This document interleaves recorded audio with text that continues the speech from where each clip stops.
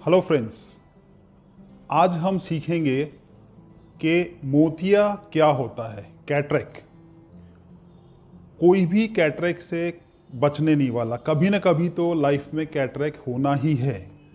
तो exactly cataract क्या है, इससे बचा जा सकता है या नहीं, क्या क्या करने से इसको थोड़ा डिले किया जा सकता है, ये सब आज के टॉक में हम जानेंगे। कैटरेक्ट के बारे में जानने से पहले हम नॉर्मल एनाटॉमी जान लें कि एग्जैक्टली लेंस कैसे आंख में फिट होता है। जो लेंस होता है वो आइरिस के पीछे और विट्रियस के आगे जोन्यूल्स के सहारे कैविटी में लटका हुआ होता है। वो उसको सपोर्ट मिलता है जोन्यूल्स से। वो जोन्यूल्स जो होते हैं वो अटैच्ड होते हैं सीलियरी बॉडी से, और सीलियरी बॉडी में सीलियरी मसल होता है। अब नॉर्मली लेंस जो होता है, जब आप 40 इयर्स के होते हो तब तक आपका एकोमोडेशन बहुत स्ट्रांग होता है। अब एग्जैक्टली एकोमोडेशन क्या है? जब आप दूर देखते हो तो लेंस इलोंगेटेड होता है, और जब आप नजदीक देखते हो तो लेंस मोटा हो जाता है। इस पावर को एकोमोडेशन कहते हैं। अब ये एकोमोडेशन होता कैसे? जब सीलियरी मसल रिलैक्स होती है तो जोन्युलर फाइबर्स जो होते हैं वो टेंस हो जाते हैं और लेंस को लंबा कर देते हैं। ऐसे ही जब सीलियरी मसल्स कॉन्ट्रैक्ट करती हैं तो जोन्युलर फाइबर रिलैक्स हो जाते हैं और लेंस को मोटा कर देते हैं। तो जब लेंस इलोंगेटेड होता है तो आप दूर का विजन देखते हैं, लेंस मोटा हो जाता है तो आप नियर विजन देखते हैं। ये जो शक्ति है वो जैसे जैसे आपकी एज होने लगती है तो अराउंड 40 ये शक्ति काफी कम हो जाती है और आपको नजदीक के चश्मे पहनने पड़ते हैं। इसलिए नजदीक में अगर आपको आधा नंबर भी है तो आपको पहनना चाहिए, जिससे कि आंख हेल्दी रहे। अब एग्जैक्टली तो कहा यह जाएगा कि जिस दिन से आपका एकोमोडेशन कम होना शुरू हुआ तब से एग्जैक्टली लेंस का हार्डनिंग शुरू हुआ। आपका स्लाइट कैटरेक्टस चेंजेस तब से शुरू हो गए, लेकिन वो क्लाउडिंग इफेक्ट नहीं है, इसलिए आपका विजन क्लियर दिखता है।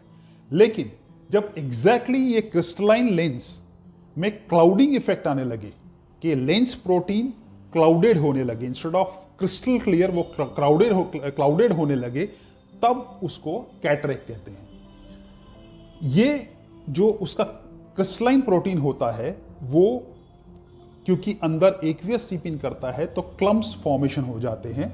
और एक्वियस सीप इन क्यों करता है? क्योंकि डिजेनरेटिव प्रोसेस की वजह से आपकी जो कैप्सूल होती है वो परमिएबल हो जाती है एक्वियस को।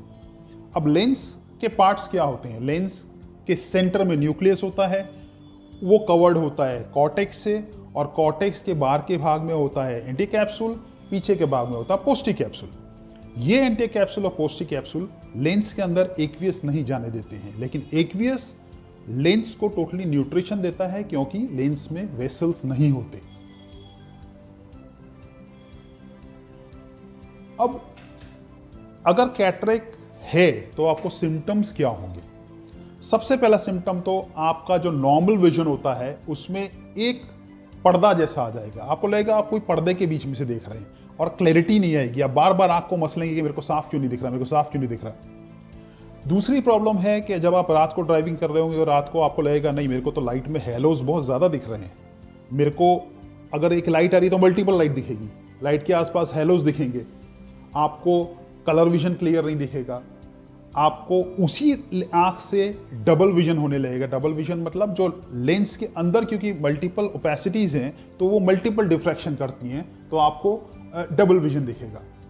और जब भी आप डॉक्टर के यहाँ चेक कराने जाएंगे हर बार आपका नंबर चेंज हो जाएगा। आप डॉक्टर को बोलेगा भाई मेरा नंबर क्यों बार बार चेंज हो रहा है? वो एग्जैक्टली आपको कैटरेक्ट के चेंजेस की वजह से बार बार चेंजेस होते हैं।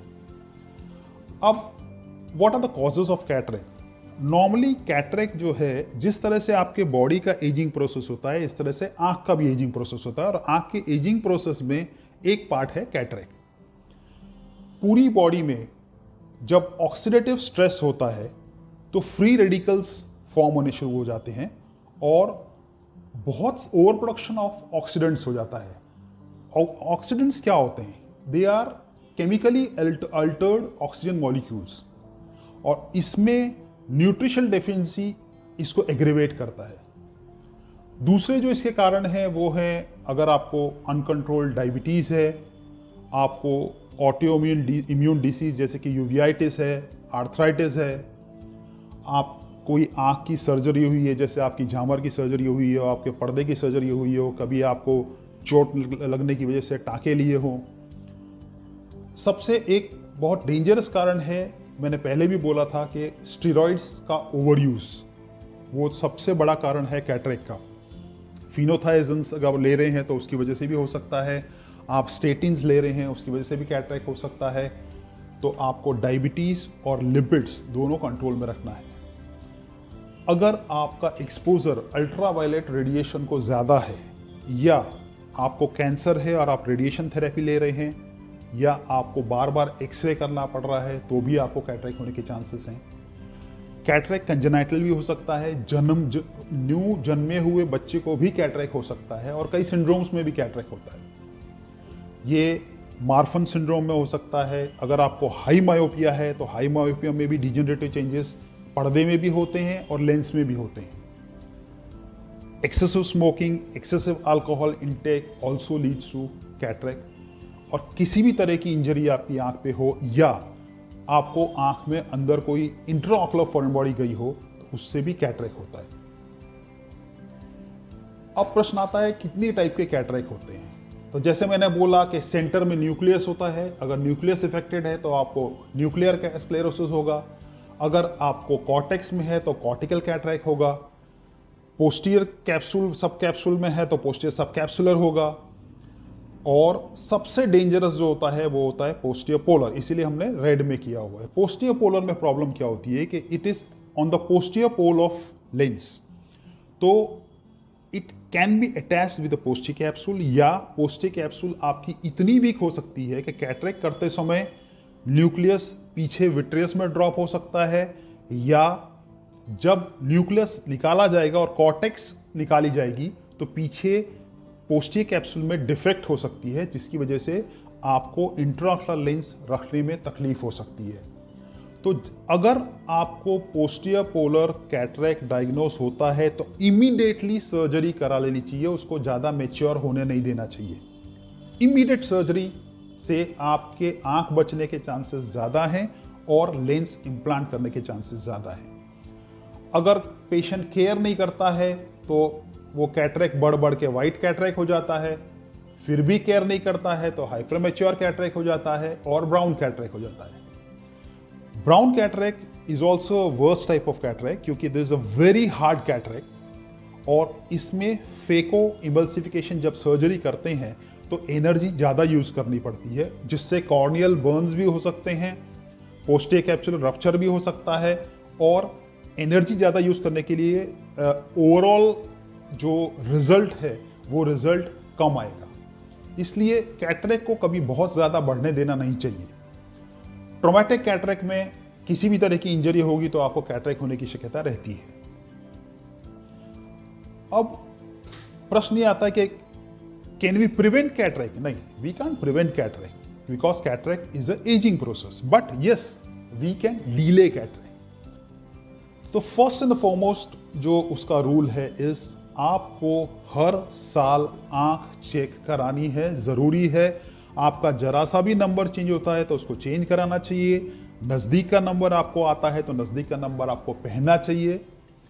आप जब भी घर से बाहर पांव रखते हैं तो सबसे पहला काम आपका होना चाहिए कि आपको यूवी प्रोटेक्शन ग्लासेस पहनने चाहिए जो 99% आपको UV protection they. Please quit smoking and alcohol. जब आप पढ़ रहे हैं तो आपको एडिकेट लाइट होनी चाहिए, डिम लाइट में नहीं पढ़ना चाहिए। और ऐसे ही कभी भी रात के टाइम मोबाइल को अंधेरे में उपयोग नहीं करना चाहिए, क्योंकि आपको ज़्यादा स्ट्रेन होगा, आप ज़्यादा एकोमोडेशन यूज़ करेंगे और अल्टीमेटली कैटरेक्ट होने का चांस हो जाएगा। और जो लाइट होती है वो सीधी मैक्यूला पर जाती है और आपको मैक्यूलर इडीमा भी हो सकता है।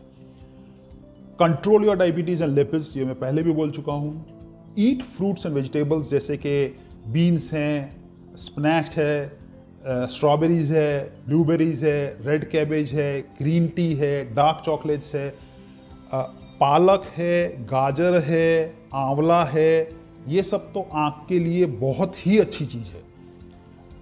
आप पनीर भी ले सकते हो, दूध ज़्यादा लेना है आपको, ये जितने भी आपके कठोर हैं वो ज़्यादा लेने हैं। अब आपको सबसे ये सब खाना इसलिए है कि आपके अंदर न्यूट्रिशनल डेफिशिएंसी नहीं होना चाहिए। न्यूट्रिशनल डेफिशिएंसी होगी तो आपको कैटरेक्ट जल्दी फॉर्म होने के चांसेस रहते हैं। इसलिए vitamin C, vitamin D, vitamin A, vitamin B12 ये सब परफेक्टली अप्रोप्रिएट क्वांटिटी में होना चाहिए। अगर कम है तो उस तरह से आपको मेडिसिन लेनी चाहिए। आँख बहुत ही सॉफ्ट भाग है, आपको ये ध्यान रखना है, आपको ज़्यादा मसलना नहीं है, उसमें किसी भी तरह की इंजरी नहीं होनी चाहिए।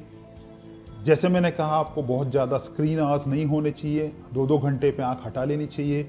अपना बॉडी वेट संभाल के रखिए, उसको ज़्यादा मत बढ़ने दीजिए। फिर भी अगर आपको कैटरेक्ट हो जाता है तो you have to be very careful. Night driving is strictly no. Cataract के साथ night driving is very dangerous. Steroids के लिए मैं हमेशा बोलता हूं, अगर हो सके तो स्टीरॉइड मत लीजिए, जरूरी है तो कम क्वांटिटी में लीजिए। लोकल ड्रॉप्स बिना डॉक्टर के पूछे मत डालिए। ये सब आपको बहुत केयरफुल रहना पड़ेगा। अब प्रश्न आता है कि चलो अब कैटरेक्ट हो ही गया तो मैनेजमेंट क्या है। कैटरेक्ट का treatment is only surgery. Surgery कितने टाइप की होती है? एक होती है एक्स्ट्रा कैप्सुलर कैटरेक्ट सर्जरी, जिसमें इंसिजन बहुत बड़ा होता है, 11 मिलीमीटर का इंसिजन होता है और स्यूचर्स लेने पड़ते हैं। ये पुरानी तरह की सर्जरी हुआ करती थी। अब जो सर्जरी होती है वो फेकोएम्बल्सिफिकेशन होती है। कई सेंटर्स में अभी भी small incision manual cataract surgery करते हैं, जो अराउंड 4 to 5 मिलीमीटर इंसिजन में से पूरा न्यूक्लियस निकाल लिया जाता है और फिर लेंस रखा जाता है। उसमें हो सकता है एक स्यूचर लेना पड़े।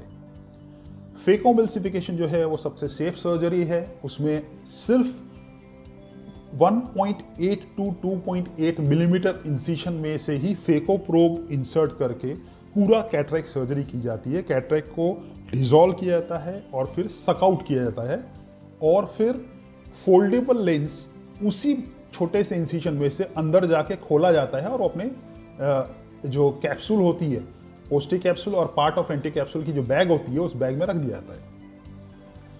अब लेंसेस कितने टाइप के होते हैं? तो एक लेंस होता है जिसको मोनोफोकल कहते हैं और एक लेंस होता है जिसको मल्टीफोकल कहते हैं। ये डिफरेंस क्या है? डिफरेंस यही है कि आप सिर्फ डिस्टेंस का चश्मा पहनिए और ये है कि आप प्रोग्रेसिव ग्लासेस पहनिए। मोनोफोकल लेंस में लेंस इस तरह से कैलकुलेट किया जाता है कि डिस्टेंस में मिनिमम नंबर आता है या नंबर नहीं आता है और नजदीक का आपको +2.5 का करेक्शन पहनना पड़ता है।